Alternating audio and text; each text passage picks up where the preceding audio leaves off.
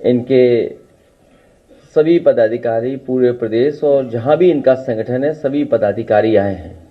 इन सभी पदाधिकारियों ने भरोसा दिलाया है कि जिस तरीके से सरकार मजदूरों के अधिकारों को छीन रही है, मजदूर भाइयों को कोई सुविधा नहीं दे रही, न उन्हें कोई सिक्योरिटी दे रही, न कोई सेफ्टी दे रही, और जो भी कुछ उनकी समस्याएं हैं उनका भी समाधान नहीं कर रहे।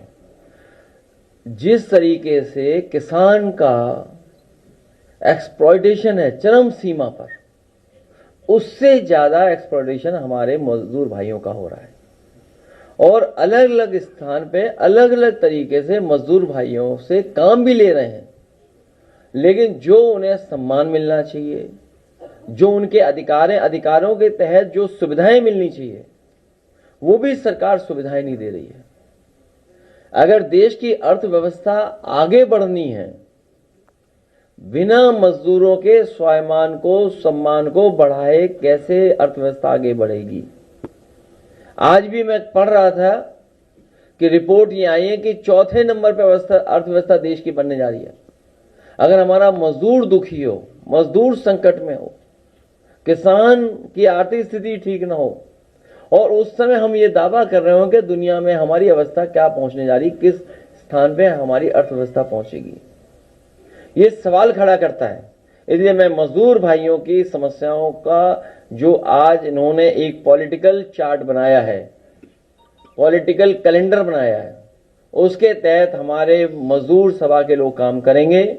और भविष्य में जो समाजवादी पार्टी की लड़ाई है उसमें मजदूर भाइयों का और खासकर समाजवादी मजदूर संगठन का बहुत बड़ा योगदान होने जा रहा है। इनका नाम भी बड़ा आसान है, SMS, समाजवादी मजदूर सभा। ये नाम ऐसा है जो याद नहीं करना है, सबने पहले ही रटा हुआ है, SMS। ये SMS हर मजदूर की समस्या का SMS हम लोगों तक पहुंचाएगा। ये हमारे SMS ताकत बनेगी, हमारी पार्टी के संगठन की मजबूती पहुंचाने का काम करेंगे। दूसरे हमारे झांसी के किसान भाई आए, पहले भी आए थे, एक डेलीगेशन बना करके मैंने लीडर ऑपोजिशन जो अपर हाउस में उनके साथ भेजा था, संबंधित अधिकारियों से बैठक करके आए। जिला अधिकारी महोदय ने जो आश्वासन दिया है, स्वाभाविक ये बात स्वीकार की जाती है कि अगर जिलाधिकारी महोदय कोई बात को मान रहे हैं तो इसका मतलब सरकार भी उससे सहमत है। अगर उस समय के जिलाधिकारी महोदय जो भी रहे थे, उन्होंने आश्वासन दिया है कि हम समस्याएं जो किसानों की उनका समाधान करेंगे, तो दोबारा जाकर के हम लोग अपने लीडर ऑपोजिशन को कहेंगे कि दोबारा जाकर के एक बार किसानों के बीच और वहां पर संबंधित अधिकारियों से बातचीत कर करके फिर आगे इस लड़ाई को हम बढ़ाएंगे। और अगर ये सरकार ने फैसला लिया है कुछ कैबिनेट्स में जो हमारी जानकारी में नहीं है, लेकिन हम किसानों के लिए, ये जो झांसी के किसान या उत्तर प्रदेश के अलग अलग जगह के किसानों को जो विकास के लिए, उद्योग के लिए, कारोबार के लिए जमीन छीनी जा रही है, समाजवादी पार्टी की मांग है कि उनको बाजार भाव मिलना चाहिए, बाजार की कीमत मिलनी चाहिए, जो मार्केट प्राइस है वो मिलना चाहिए, और दबाव बना करके किसी भी सहमति के कागज पर दस्तखत नहीं कराने चाहिए। हमारे किसान भाई कई बार नहीं समझ पाते हैं, उन्हें समझाया कुछ जाता है और कहा जाता है कि इस कागज पर दस्तखत कर दो, और जब एक बार दस्तखत हो जाते हैं तो उसके बाद उनके पास कोई अधिकार नहीं बचता है। जब लैंड एक्विजिशन एक्ट है और हम और आप सब ये मानते हैं कि हमें किसानों के साथ खड़े रहना है, किसानों को लाभ पहुंचाना है, तो सर्किल रेट बढ़ा करके जो 4 गुना मुआवजा है या मार्केट वैल्यू है, मार्केट वैल्यू के हिसाब से उनको मिलना चाहिए। और जिन किसानों के नाम पर जमीन दर्ज नहीं है, क्योंकि सरकार ने ही उन्हें जमीन दी है जब स्थापित हुए हैं, तो और अगर सरकार ने ही विस्थापित किया है, पहले भी उनकी जमीन ली जा चुकी है और फिर जमीन ली जा रही है। ये सच है कि जमीन की मारामारी है, इसीलिए Bharatiya Janata party land acquisition act ला रही थी, ऐसा कानून ला रही थी कि हमारे किसानों की जमीन छिन जाए। आज भी भारतीय जनता पार्टी के लोग ही जमीन छीन रहे हैं। जितनी जमीन है वो एक्सपेंड नहीं हो सकती है, जो जमीन है वो उतनी ही रहेगी। जैसा हमारे नेताजी के नाम के नामारासी राजपूत जी ने बताया कि एक परिवार को एक समय पर 5 एकड़ जमीन मिली थी। भाइयों के बंटवारा, उनके बेटों के बंटवारे के बाद जमीन उनके हाथ में कुछ है ही नहीं। ये एक परिवार की कहानी नहीं है, पूरे देश के तमाम परिवारों की यही कहानी है।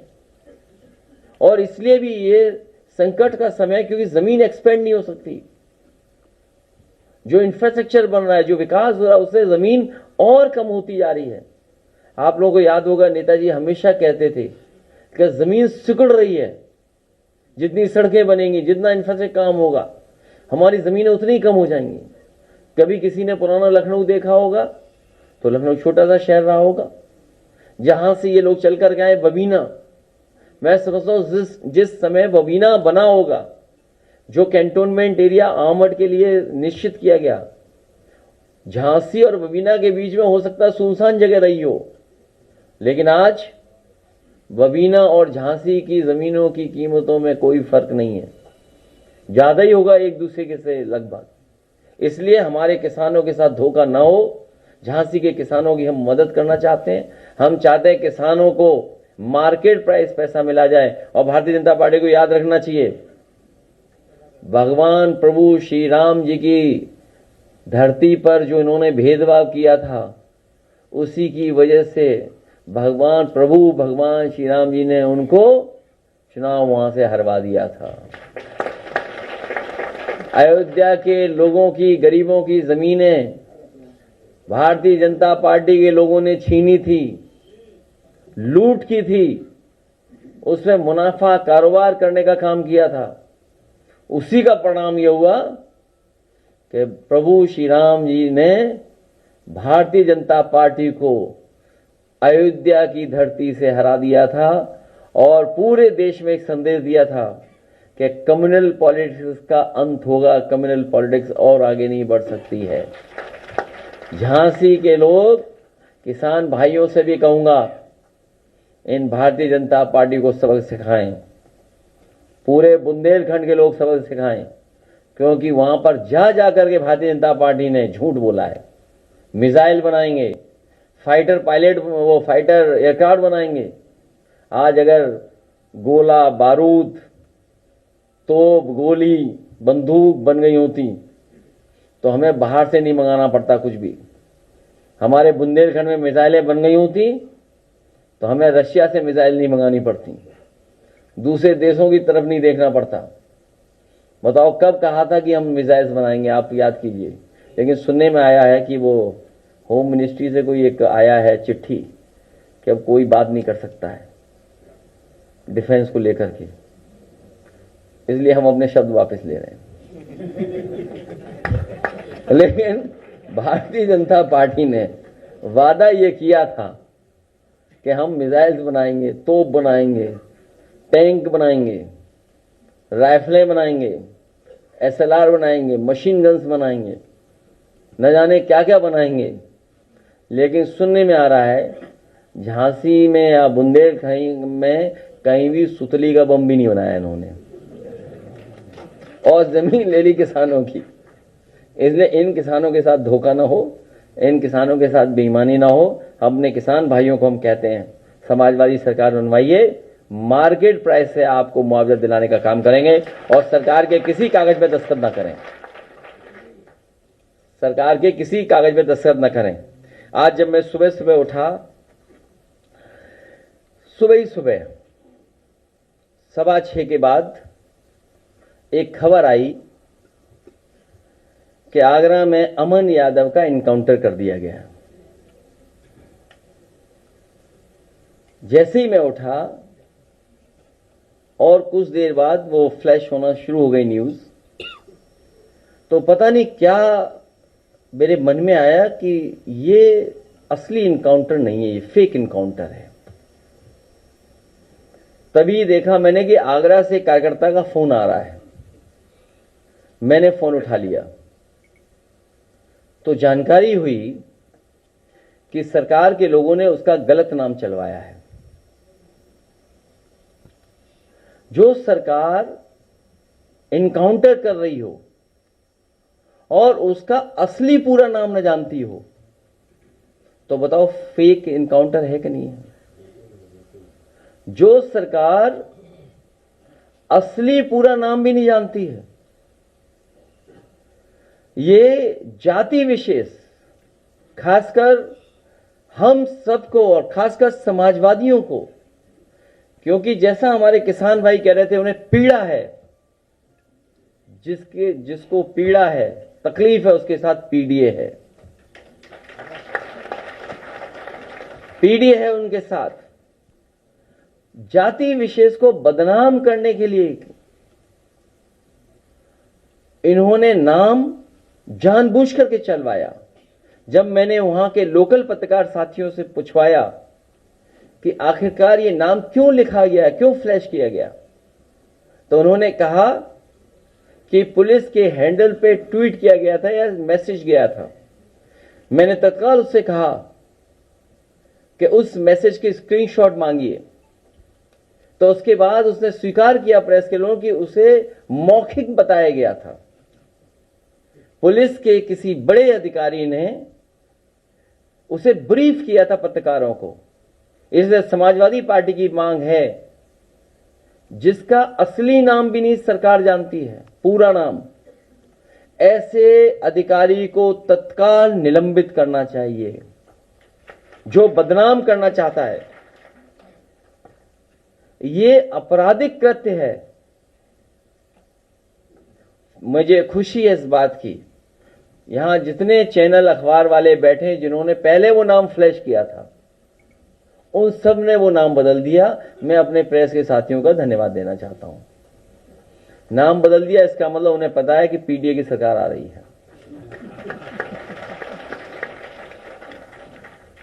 जैसे ही सूचना गई हमारे कार्यालय से, मैं अपने पत्रकार साथियों का विशेष धन्यवाद देता हूं कि जिन्होंने उस नाम में सुधार लाने का काम किया। बहुत महत्वपूर्ण एक संदेश अरविंद जी आपको सुनाएंगे। उसके बाद चाचा और हम दोनों मौजूद हैं आपके सवालों को लेने के लिए।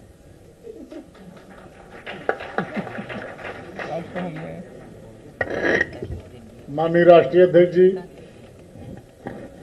सम्मानित मंच, पत्रकार बंधुओं और सभागार में उपस्थित सम्मानित साथियों, देश की हर स्त्री के नाम भाजपा का मुखौटा नारियां ही उतारेंगी। आजादी से पहले ही भाजपा के पूर्व रूप का चाल, चरित्र और चेहरा ऐसा न था कि वो सामने आकर मुंह दिखा सकें, क्योंकि वे ऐसे काम, वारदात और साजिश षड्यंत्र करते थे जो देशभक्ति, नैतिकता और सामाजिकता के पैमाने पर अपराधात्मक माने जाते थे। इसीलिए इनकी गतिविधियां हमेशा भूमिगत रहकर मुखबिरी के रूप में ही दबे छिपे चलती रही। इसीलिए भाजपा ने कई बार रूप बदला जिससे ये पहचाने न जा सके। यही परंपरा आज भी जारी है। जब इनके समर्थक पीठ पीछे से कई अनाम नाम रखकर अपनी भूमिगत नकारात्मक भूमिका निभाते हैं और उनका विरोध करते हैं, जो इनकी सत्ता के लिए खतरा है। मूल रूप से भाजपाई और उनके संगी साथी वो लोग रहे हैं जो सत्ता पर परंपरागत रूप से अपनों को काबिज करवाने रखना चाहते थे। इसीलिए राजनीति और अर्थव्यवस्था पर जिन लोगों का सदियों से वर्चस्व रहा है, उन लोगों ने पर्दे के पीछे से भाजपाइयों और उनके संगी साथियों का हमेशा से बल धन और धन बल के साथ दिया। भाजपाइयों ने कभी भी नहीं चाहा कि और वर्ग का तबका राजनीतिक और आर्थिक रूप से शक्तिशाली हो। इसके साथ ही भाजपाइयों ने कभी ये भी नहीं चाहा कि जनता के अधिकार की बात हो, इसलिए ये जनता को शक्ति देने वाले संविधान के भी विरोधी रहे। भाजपाई जिस शक्ति उसके अधिकार की रूढ़िवादी सोच के लोग हैं, इसीलिए सामाजिक क्षेत्र तक में ये शोषित, दमित, वंचित, पीड़ित के साथ साथ महिलाओं को भी हमेशा हेय दृष्टि से देखते हैं। पुरुषवादी सामंती सोच आज भी नारी को मान सम्मान या अभिव्यक्ति की आज़ादी नहीं देना चाहती है। भाजपाइयों की यह पुरुषवादी घिसी पिटी पुरानी सोच आधी आबादी अर्थात महिलाओं का मान नहीं करती है, बल्कि बालिका, युवती या नारी के रूप में जब भी वो कुछ करना चाहती है तो भाजपाई और उनके संगी साथी सदैव वो मौका ढूंढते हैं जब वो स्त्रियों का पारिवारिक, सामाजिक, सार्वजनिक अपमान कर सकें और उनके चरित्र तक पर कीचड़ उछालकर उनका मानसिक उत्पीड़न करके नारी के विरोध करने की शक्ति को, मनोबल को तोड़ सकें। भारतीय नारी का इतिहास इन रूढ़िवादी भाजपाइयों और उनकी संगी साथियों को इस महापाप के लिए कभी माफ नहीं करेगा। पहलगाम के शहीद की पत्नी द्वारा देश हित में शांति और सौहार्द की अपील करने पर जिस तरह का दुर्व्यवहार और अपशब्द कहे जा रहे हैं, उससे हर महिला और सच्चा देश प्रेमी बहुत दुखी, आहत और शर्मिंदा है। अगर कोई साहसी महिला नैनीताल में भाईचारा बनाए रखने की कोशिश कर रही है या कोई गीत के माध्यम से भाजपाइयों का भंडाफोड़ कर रही है या कोई खोजी महिला पत्रकार कोई खुलासा कर रही है, तो उसे अभद्रता व अनैतिकता की हर सीमा पार करके धमकाया जा रहा है। उसका लिखा दबाव डलवाकर हटवाया जा रहा है। भाजपा समर्थकों का एक कुकृत्य किसी भी माफी के योग्य नहीं है। निंदनीय शब्द भी ऐसे भाजपाइयों और उनके नकारात्मक संगी साथियों की निंदा करने के लिए पर्याप्त नहीं है। नारी वंदना का ढोंग रचने वाले भाजपाई सोच वस्तुतः नारी विरोधी है, जिन्होंने अपनों को खोया है।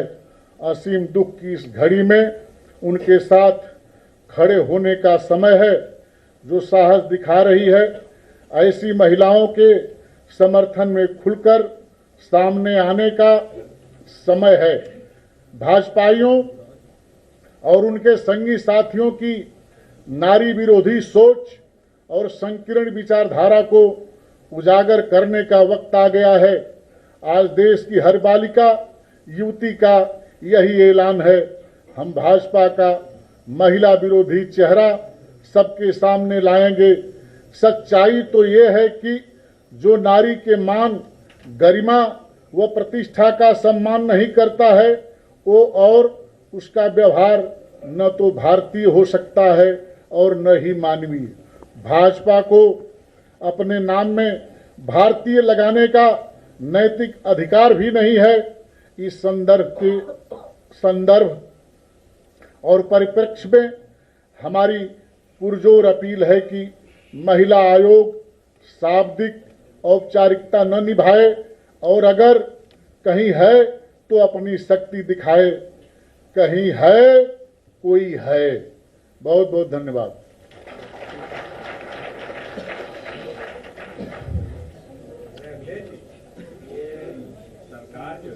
आज चाचा से शुरू होगा। उत्तर प्रदेश की सरकार जो है क्या सरकारी नौकरी देने में असमर्थ है और आउटसोर्सिंग की जो बात कर रही है, आउटसोर्सिंग निगम बना रही है, आपकी सरकार आएगी अंग्रेजी, तो क्या आप आउटसोर्सिंग वाले को पक्की नौकरी देंगे? ये किसान में पूछिए आप। नहीं, वो आउटसोर्स तो खत्म करेंगे, आउटसोर्स खत्म किया जाएगा।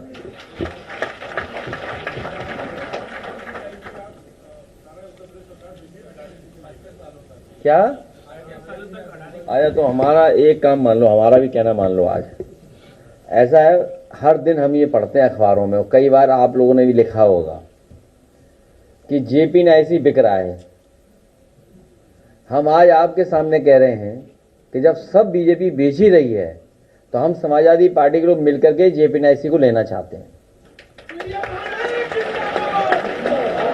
और इसलिए लेना चाहते हैं जो उन्होंने औरों को कीमत लगाई हो, जो उन्होंने औरों को बेचने के लिए कीमत गुपचुप लगाई हो, वही कीमत हम लोग देने को तैयार हैं। और इसलिए क्योंकि इससे न केवल हमारा इमोशनल अटैचमेंट है जेपी नायसी से, बल्कि हमें आइडियोलॉजिकल अटैचमेंट बहुत बड़ा है। और आइडियोलॉजिकल अटैचमेंट के साथ साथ जिस समय इसको शिलान्यास किया गया था, उस समय देश के बहुत सारे सोशलिस्ट लीडर्स आए थे, जिसमें नेताजी, जॉर्ज फर्नांडिस साहब और अन्य लोग आए थे।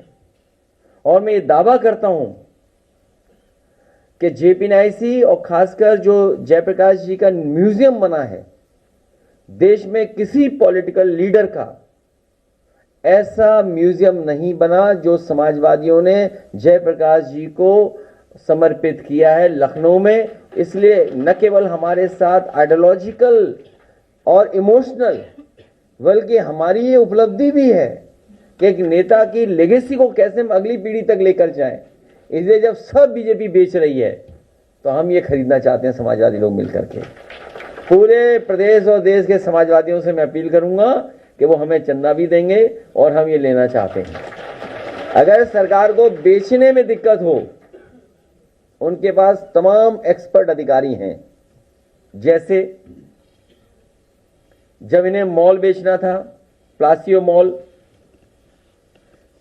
मॉल की मार्केट प्राइस क्या है? यहां जितने किसान हैं ये मांग रहे हैं मार्केट प्राइस। मार्केट प्राइस क्या रही होगी उस समय प्लासियो की? आप इसी से अंदाजा लगा सकते हैं। एक स्पेस सूट वाले हैं डिप्टी सीएम, उन्होंने अपने ही मुख्यमंत्री, अपने ही सरकार के खिलाफ पत्र लिखा था। तो बात आपको समझ में आ रही होगी क्यों लिखा होगा पत्र। तो एक तो वो एक्सपर्ट अधिकारी हैं। दूसरा, समाजवादी पार्टी ने किसानों के लिए, उनकी मदद के लिए, सुविधा के लिए, उनके लिए एक बाजार क्रिएट किया था। न केवल बाजार क्रिएट किया था, बल्कि किसान अगर आए लखनऊ में अपना सामान लेकर के आए और कारोबार करना चाहे तो किसान बाजार बनाया था। सुनने में आया है कि आजकल सबसे मॉडर्न, सबसे हाई फाई जगह वो बन गई है, लेकिन वो किसान नहीं है, नई पीढ़ी के लोग हैं। वो किसान बाजार कैफे सेंटर बन गया है। किस नाम से जाना जाता है मैं तो नहीं जान रहा हूं, मैं तो एक ही बार गया हूं वहां पर। हाँ? नहीं, जो भी हो।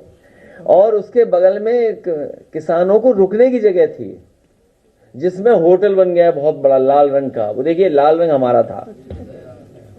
हाँ? लाल रंग हमारा था, लेकिन वो लाल रंग नहीं हटा, होटल हट गया। किसान की जगह किसी उद्योगपति पे पहुंच गया। हमें कोई आपत्ति नहीं है। तो वो जो एक्सपर्ट लोग हैं, मैं केवल इन बातों को इसलिए कह रहा हूं कि वो एक्सपर्ट हैं कि कैसे कोई चीज बेची जाती है। ये सरकार एसेट्स नहीं क्रिएट कर सकती, सरकार एसेट्स को बेच रही है, क्योंकि कल हम और आप कंगाल हो जाएंगे। अभी मैं देख रहा था, भारतीय जनता पार्टी को कैसे पता है वॉर होने वाला है? मुझे कोई ये बताए, भारतीय जनता पार्टी को कैसे पता है वॉर हो रहा है? उनके ट्विटर हैंडल से, उनके मीडिया सेल से एक कहा कि वॉलंटियर्स हमें चाहिए जो लोगों की मदद करेंगे। उन्हें कैसे पता वॉर होने जा रहा है? ये सोचने की बात है, मैं आपसे कह रहा हूं। अरे देश बचाओ, हम सब बचेंगे तभी। आप बताइए बीजेपी कैसे इसको ट्वीट कर सकती है? आप पे भी होगा, भी चल रहा, वाईफाई हमारा चल रहा नहीं चल रहा है? तो सुरक्षा जैसे विषय पे भी कोई गंभीरता नहीं बीजेपी के अंदर। मुझे नहीं कहना चाहिए क्योंकि मैंने मोबाइल ऑन किया तो अचानक आ गया, तो मैं अचानक बात कर रहा हूं आपसे। इनकी पार्टी के लोगों को कैसे पता कि ये होने जा रहा है? और फिर ये कोई दिखावटी और प्रदर्शन का वो नहीं है समय। आप अपने ट्विटर हैंडल पे डाल रहे हैं वॉलंटियर्स चाहिए हमें। आप पढ़िएगा, इंग्लिश में है चिट्ठी, क्या है, पढ़ दे कोई अगर पढ़ सकता है तो इंग्लिश में। हिंदी में क्यों नहीं दिया इन्होंने? किसी इसलिए कि कोई जाने ही ना। आप देखिए ना क्या बात है, the ministry of home affairs ये वॉलंटियर चाहिए ना, वॉलंटियर। बीजेपी ट्वीट कर रही है, बताओ। सरकार करे तो अलग बात है।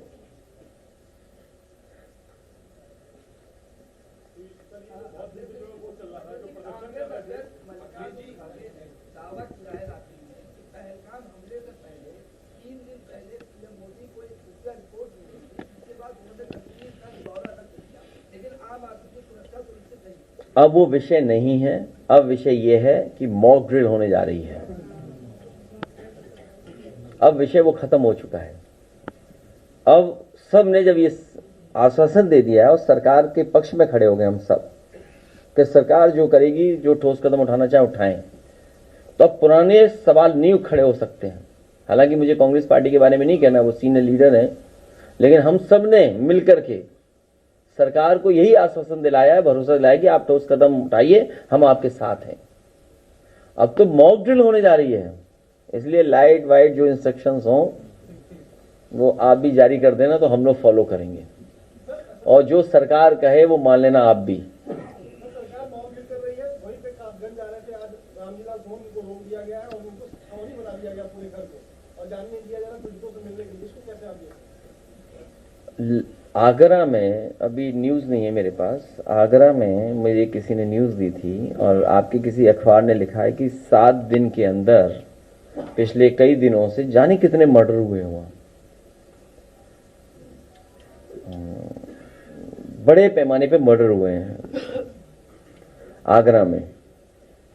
वो मेरे पास है नहीं न्यूज़ इस समय, लेकिन मेरे पास न्यूज़ नहीं है कि पुलिस इसी पे लगी हुई है। अब आप देखिए चंदौली में क्या हुआ, चंदौली में क्या हुआ। सरकार बचा रही है, बीजेपी है, न केवल खुल के नाम ले रहे हैं, सबको पता है, सबको पता है कि मर्डर किसने किया है, कौन लोग पीछे हैं। भाई हमने आपने तो लाइव देखे मर्डर, तब कुछ नहीं हुआ।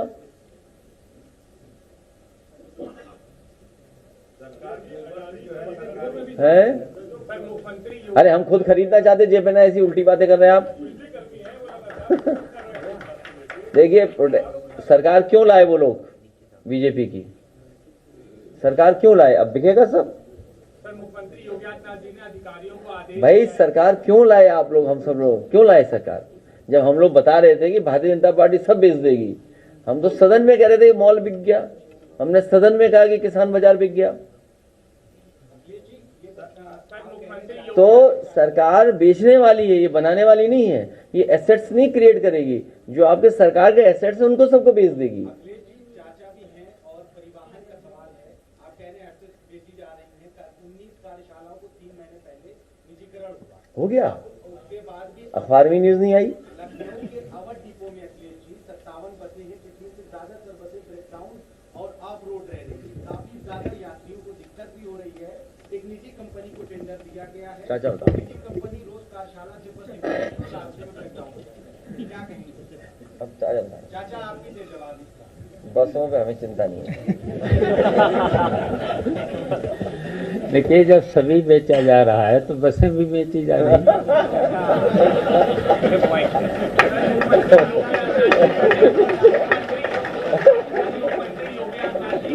अधिकारियों को आदेश दिया है कि जितने भी सरकारी भवन है और विभाग है वहाँ पे प्राकृतिक गोबर का इस्तेमाल किया जाए, गोबर से पेंट। मैं इससे कुछ नहीं कहूँगा।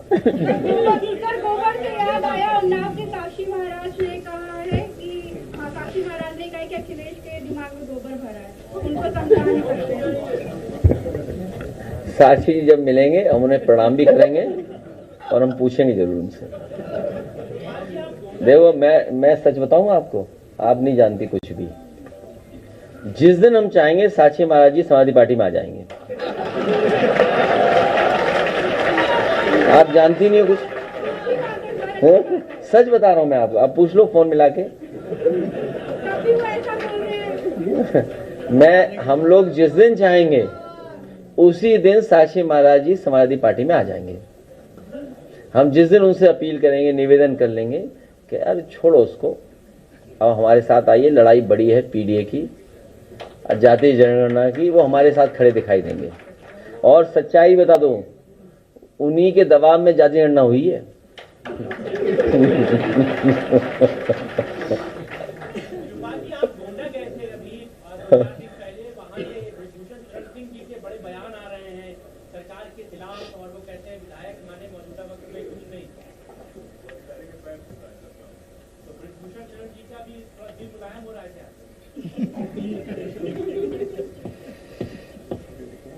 ऐसा नहीं, देखिए ऐसा है,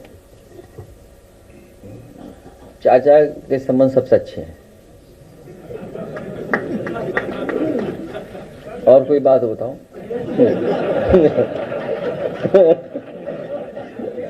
तो सदन की कार्रवाई नहीं जानते कुछ भी।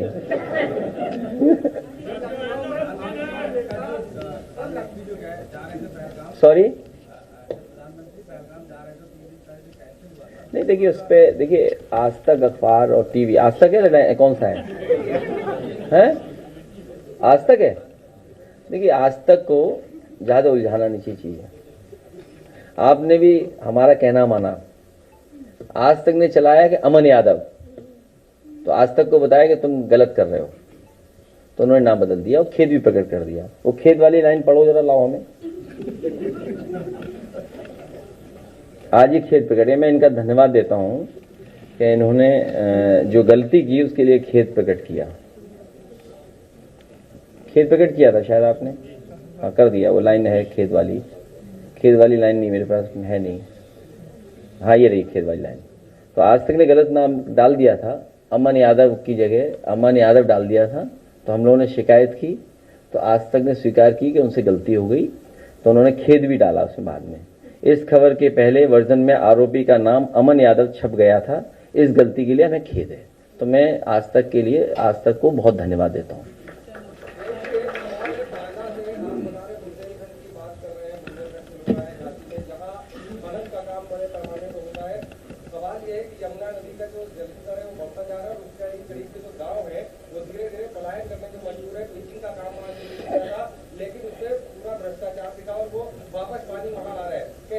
आप बहुत गलत बोल रहे हैं।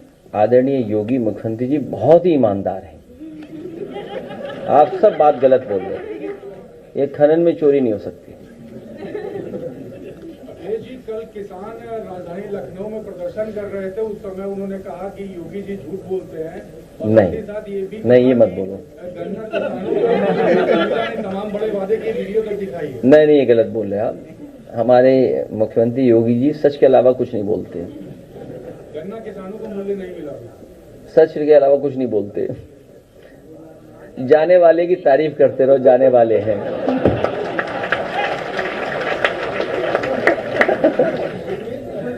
आपको भी पता है, सबको पता है।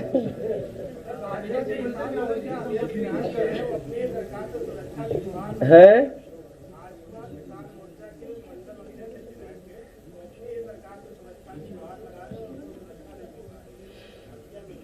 नहीं, उन्हें सुरक्षा मिलनी चाहिए। पत्र हम लोग लिख देंगे उसके लिए। लाल भाई वो लीडर अपोजिशन है हमारे साथ, जो ये बात बता रहे हैं, आप पत्र से लिख देना, चिट्ठी लिख देना सुरक्षा के लिए। आप उनकी जानकारी देना, ये चिट्ठी लिख देंगे। बीजेपी के कोई किसान नेता है, उन्हें धमकी मिल रही है, तो आप चिट्ठी लिख देना सुरक्षा के लिए। क्या खड़गे जी ने आरोप लगाया है है कि अगर पीएम के पास इनपुट था तो उन्होंने वो इनपुट आर्म फोर्सेस के साथ मैं शेयर जवाब किया। दे चुका हूं। अभी आपके साथी ने सवाल पूछा था, मैं जवाब दे चुका हूं। देखिए, एक मिनट जाओ, मैं किसी पॉलिटिकल पार्टी लीडर के लिए कुछ नहीं कह सकता, वो मेरा विषय नहीं है। क्योंकि आप लगातार सवाल पूछ रहे हैं, हमें डर भी लगता है चैनल वाले किसका कैसे इस्तेमाल करें। सच्चाई तो ये है किसी भी पॉलिटिकल उसमें जब ऑल पार्टी मीटिंग हो गई और आपने सरकार को कहा है कि ठोस कदम उठाएं, तो ये बातें उस समय भी आई हुई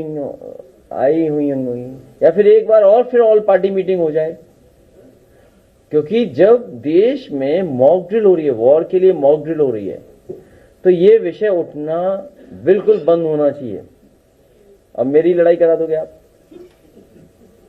तो जब हम कह रहे हैं कि वहां सब सुझाव दिए जा चुके हैं, तो एक बार फिर ऑल पार्टी मीटिंग बुला ली जाए तो बातें उस समय भी रख दी जाएंगी। Leader of opposition Lal Bihari ji ने वाराणसी में कमेंट किया था, बीजेपी अभी उन्हीं के कमेंट को लेकर उनको टारगेट कर रही है। उन्होंने भी पहलगाम की बात की थी। क्या बीजेपी कर रही? तुम्हें नहीं पता दिल क्या कहता है तुम्हारा? दिल में इनकी भी वही बात है जो लाल बिहारी जी कह रहे हैं। नहीं हो तो अब हम पे कोई मशीन ही नहीं है। सच्चाई यही है, ये जो दिल में इनके भी वही बात है। अब मेरे नेगेटिव चलाएंगी न्यूज। कौन सा अखबार है? बस समझ जाओ टाइम्स में क्या है।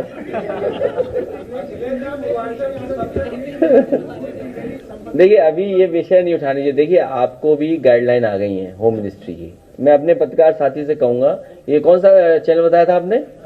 टाइम्स नाउ भाई, ऐसा करो, गाइडलाइन हमने तो पढ़ी नहीं, तुम पढ़ लो और पढ़ करके सवाल मत पूछिए आप कि जब गाइडलाइन आ गई है होम मिनिस्ट्री की तो आपको ये सवाल नहीं करने चाहिए। मैं होम मिनिस्ट्री के अधिकारियों से कहूंगा कि ऐसे पत्रकार साथियों के खिलाफ कार्रवाई करें, एफआईआर लिखाएं इनके खिलाफ। हैं? क्या नहीं, इसलिए गाइडलाइन आ गई तो हम कैसे कह सकते हैं? आपको भी नहीं सवाल पूछना चाहिए। गुलशन यादव पे कार्रवाई हो रही है, क्या प्रतिनिधिमंडल जाएगा? देखिए, ये चाचा भी जा चुके हैं, हम भी उसके घर जा चुके हैं। ये क्यों कार्रवाई हो रही है? आपको ये सोचना चाहिए क्यों कार्रवाई हो रही है। और हर स्तर पे वकीलों के जो हमें सहयोग लेना पड़ता है वो भी हम ले रहे हैं, कानूनी मदद ले रहे हैं। आर्थिक रूप से भी जितना तोड़ा जा सकता है तोड़ा जा रहा है। और आप टाइमलाइन देखिए कि मुकदमे कब दर्ज हो रहे हैं, वो टाइमलाइन देखिए आप। पुलिस कप्तान, इससे पहले, बहुत पहले जब पुलिस कप्तान थे तो मैंने बात की उनसे, तो उनकी बातों से लगा कि उनके ऊपर कोई दबाव है जिसके कारण वो लगातार झूठी एफआईआर लिखा रहे हैं। लिखाने वाले कौन लोग हैं? देखिए, वो घबराए लोग हैं जिन्हें चुनाव हारना निश्चित है। चुनाव हारेंगे वो लोग जो एफआईआर लिखा रहे हैं, वो चुनाव हारेंगे। उन्हें कोई भी गणित चुनाव नहीं जिता सकता है। और मैं आपको याद दिला दूं, वो बातें याद नहीं दिलानी चाहिए। बहुजन समाज पार्टी ने कोई फैसला लिया था उस जिले में, वो फैसला मुझे बदलना नहीं चाहिए था।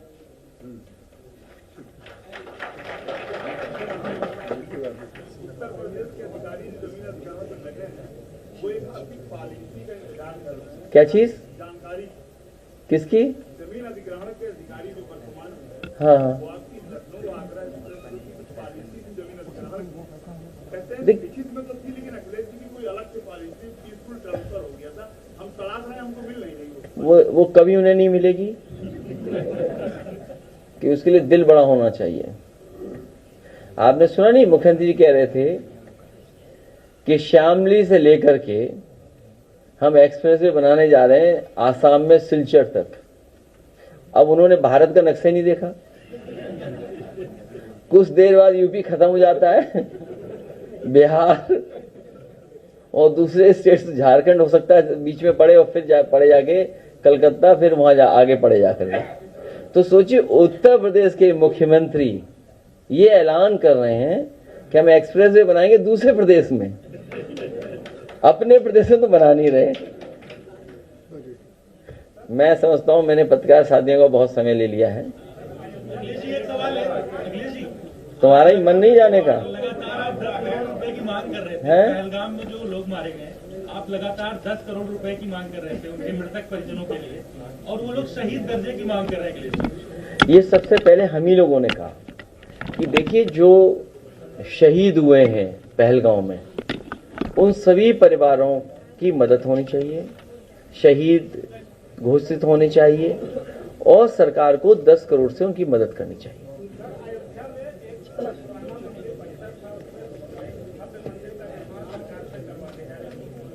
कौन से भगवान है वहां? है? मुझे मेरी जानकारी में नहीं है। मेरी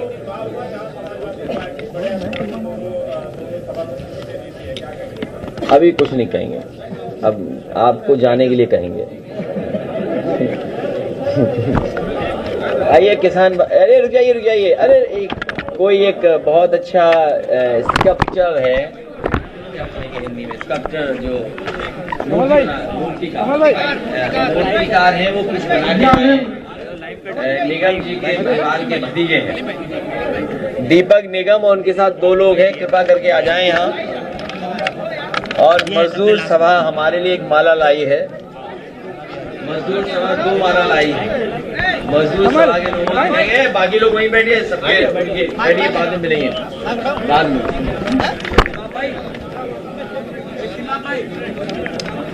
पता नहीं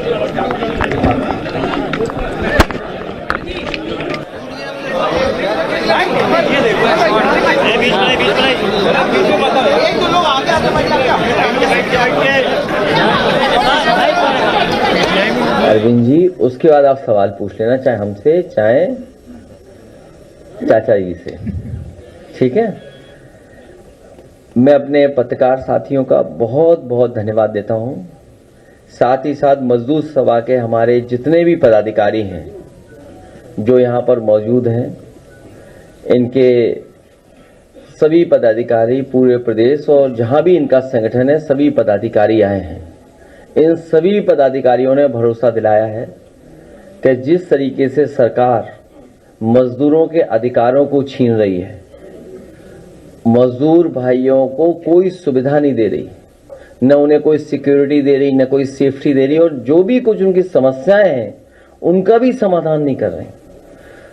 जिस तरीके से किसान का एक्सप्लॉयटेशन है चरम सीमा पर, उससे ज्यादा एक्सप्लॉयटेशन हमारे मजदूर भाइयों का हो रहा है, और अलग अलग स्थान पे अलग अलग तरीके से मजदूर भाइयों से काम भी ले रहे हैं, लेकिन जो उन्हें सम्मान मिलना चाहिए, जो उनके अधिकारों के तहत जो सुविधाएं मिलनी चाहिए, वो भी सरकार सुविधाएं नहीं दे रही है। अगर देश की अर्थव्यवस्था आगे बढ़नी है, बिना मजदूरों के स्वाभिमान को, सम्मान को बढ़ाए कैसे अर्थव्यवस्था आगे बढ़ेगी?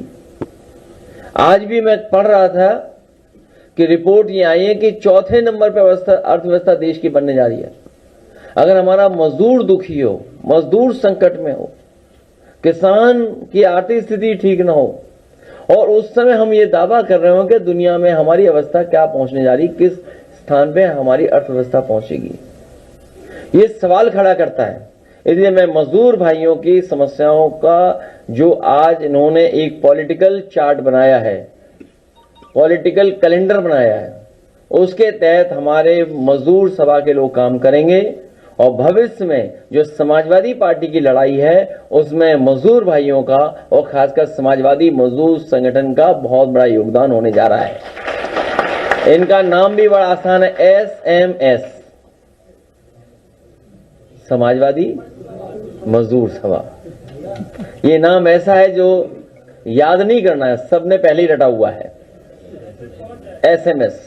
ये SMS हर मजदूर की समस्या का SMS हम लोगों तक पहुंचाएगा। ये हमारे SMS ताकत बनेगी, हमारी पार्टी के संगठन की मजबूती पहुंचाने का काम करेंगे। दूसरे हमारे झांसी के किसान भाई आए, पहले भी आए थे, एक डेलीगेशन बना करके मैंने लीडर ओपोजिशन जो अपर हाउस में उनके साथ भेजा था, संबंधित अधिकारियों से बैठक करके आए। जिला अधिकारी महोदय ने जो आश्वासन दिया है, स्वाभाविक ये बात स्वीकार की जाती है कि अगर जिलाधिकारी महोदय कोई बात को मान रहे हैं तो इसका मतलब सरकार भी उससे सहमत है। अगर उस समय के जिलाधिकारी महोदय जो भी रहे थे, उन्होंने आश्वासन दिया है कि हम समस्याएं जो किसानों की उनका समाधान करेंगे, तो दोबारा जाकर के हम लोग अपने लीडर ओपोजिशन को कहेंगे कि दोबारा जाकर के एक बार किसानों के बीच और वहां पर संबंधित अधिकारियों से बातचीत कर करके फिर आगे इस लड़ाई को हम बढ़ाएंगे। और अगर ये सरकार ने फैसला लिया है कुछ कैबिनेट्स में जो हमारी जानकारी में नहीं है, लेकिन हम किसानों के लिए ये जो झांसी के किसान या उत्तर प्रदेश के अलग अलग जगह के किसानों को जो विकास के लिए, उद्योग के लिए, कारोबार के लिए जमीन छीनी जा रही है, समाजवादी पार्टी की मांग है कि उनको बाजार भाव मिलना चाहिए, बाजार की कीमत मिलनी चाहिए, जो मार्केट प्राइस है वो मिलना चाहिए, और दबाव बना करके किसी भी सहमति के कागज पर दस्तखत नहीं कराने चाहिए।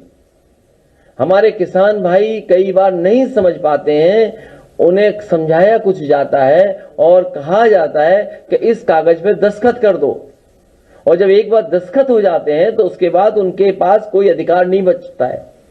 जब लैंड एक्विजिशन एक्ट है और हम और आप सब ये मानते हैं कि हमें किसानों के साथ खड़े रहना है, किसानों को लाभ पहुंचाना है, तो सर्किल रेट बढ़ा करके जो 4 गुना मुआवजा है या मार्केट वैल्यू है, मार्केट वैल्यू के हिसाब से उनको मिलना चाहिए। और जिन किसानों के नाम पर जमीन दर्ज नहीं है, क्योंकि सरकार ने ही उन्हें जमीन दी है जब स्थापित हुए हैं, तो और अगर सरकार ने ही विस्थापित किया है, पहले भी उनकी जमीन ली जा चुकी है और फिर जमीन ली जा रही है।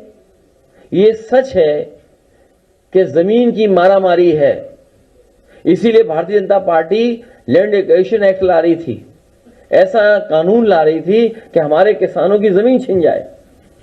आज भी भारतीय जनता पार्टी के लोग ही जमीन छीन रहे हैं।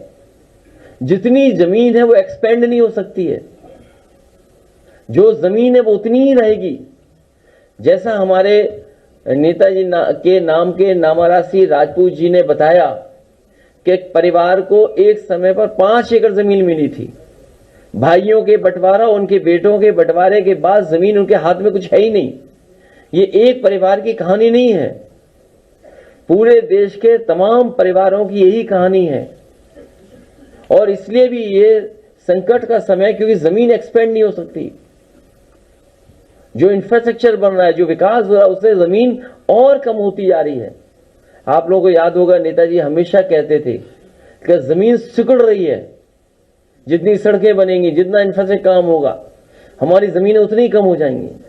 कभी किसी ने पुराना लखनऊ देखा होगा, तो लखनऊ छोटा सा शहर रहा होगा, जहां से ये लोग चल कर गए बबीना। मैं समझता हूं जिस समय बबीना बना होगा, जो कैंटोनमेंट एरिया आमड के लिए निश्चित किया गया, झांसी और बबीना के बीच में हो सकता है सुनसान जगह रही हो, लेकिन आज बबीना और झांसी की जमीनों की कीमतों में कोई फर्क नहीं है, ज्यादा ही होगा एक दूसरे के से लगभग। इसलिए हमारे किसानों के साथ धोखा ना हो। झांसी के किसानों की हम मदद करना चाहते हैं। हम चाहते हैं किसानों को मार्केट प्राइस पैसा मिला जाए। और भारतीय जनता पार्टी को याद रखना चाहिए, भगवान प्रभु श्री राम जी की धरती पर जो इन्होंने भेदभाव किया था, उसी की वजह से भगवान श्री राम जी ने उनको चुनाव वहां से हरवा दिया था। अयोध्या के लोगों की, गरीबों की जमीनें भारतीय जनता पार्टी के लोगों ने छीनी थी, लूट की थी, उसमें मुनाफा कारोबार करने का काम किया था। उसी का परिणाम यह हुआ कि प्रभु श्री राम जी ने भारतीय जनता पार्टी को अयोध्या की धरती से हरा दिया था और पूरे देश में एक संदेश दिया था कि कम्युनल पॉलिटिक्स का अंत होगा, कम्युनल पॉलिटिक्स और आगे नहीं बढ़ सकती है। झांसी के लोग किसान भाइयों से भी कहूंगा, इन भारतीय जनता पार्टी को सबक सिखाएं, पूरे बुंदेलखंड के लोग सबक सिखाएं, क्योंकि वहां पर जा करके भारतीय जनता पार्टी ने झूठ बोला है। मिसाइल बनाएंगे, फाइटर पायलट, वो फाइटर एयरक्राफ्ट बनाएंगे। आज अगर गोला बारूद, तोप, गोली, बंदूक बन गई होती तो हमें बाहर से नहीं मंगाना पड़ता कुछ भी। हमारे बुंदेलखंड में मिसाइलें बन गई होती तो हमें रशिया से मिसाइल नहीं मंगानी पड़ती, दूसरे देशों की तरफ नहीं देखना पड़ता। बताओ कब कहा था कि हम मिसाइल्स बनाएंगे, आप याद कीजिए। लेकिन सुनने में आया है कि वो होम मिनिस्ट्री से कोई एक आया है चिट्ठी कि अब कोई बात नहीं कर सकता है डिफेंस को लेकर के, इसलिए हम अपने शब्द वापस ले रहे हैं। लेकिन भारतीय जनता पार्टी ने वादा ये किया था कि हम मिसाइल्स बनाएंगे, तोप बनाएंगे, टैंक बनाएंगे, राइफलें बनाएंगे,